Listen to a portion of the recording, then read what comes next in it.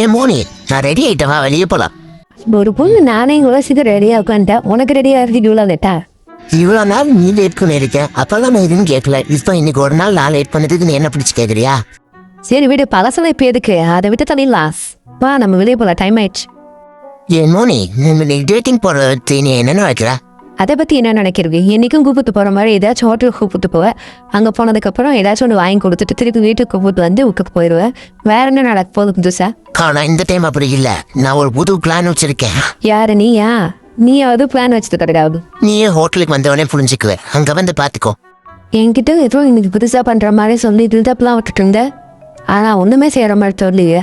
கொஞ்சம் வெயிட் பண்ணுமோனு, சாப்பிட்டு முடிச்சுட்டு அதுக்கப்புறம் என்னன்னு சொல்கிறேன். 1/2 மணி நேரம் சாப்பிட்டு முடித்த பிந்தி. ஏன் மோனி, இது வரைக்கும் நம்ம லவ் பண்ணி அப்பப்போ பார்த்தது போதும். இதுக்கப்புறம் உன்னை கல்யாணம் பண்ணி வாழ்க்கை ஃபுல்லாக உன் கூடயே இருக்கணும்னு நான் நினைக்கிறேன். என்ன சொல்கிற கிட்டி? உண்மையதான் சொல்கிறியா? ஆமாம் மோனி, உண்மையதான் சொல்கிறேன். இது வரைக்கும் நம்ம தனியாக இருந்தது போதும், 2 பேர் கல்யாணம் பண்ணிக்கா. இதை ஏற்றுக்கோ மோனி. நம்ம 2 பேரும் சேர்ந்து உலகத்தில் எந்த பூனையோ போகாத இடத்துக்கெல்லாம் போய் சுற்றி பார்க்கலாம்.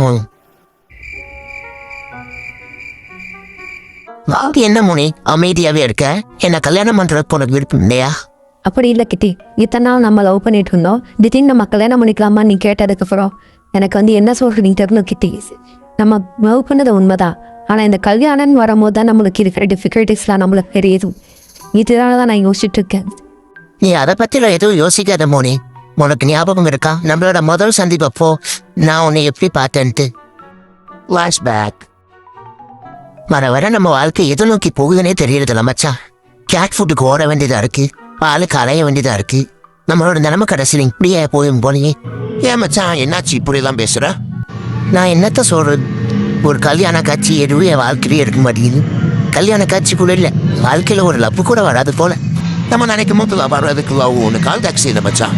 நம்மளை தேடி லவ் வரும்போது தான் அதான் வரணும், நம்மளா தேடி போகக்கூடாது. ஆனால் அந்த லவ் வர மாட்டேங்குதே, எப்போ வரும்னு ஒன்றும் தெரிய மாட்டேங்குதே. அந்த லவ் எப்போ நான் வரும் மச்சான்? நீ வந்து வேலை செஞ்சுட்டு இருக்கும் போது வரும், தூங்கும் போது வரும், ஏன் இப்போ நம்ம பேசிட்டு இருக்கும் போது கூட வரும். அட போ மச்சான், நம்ம லைஃப்ல இங்க அதெல்லாம் வரப்போகுது. என்ன இது அம்பலா வந்து குத்துது? யார் இவளா? மூண்டுக்கா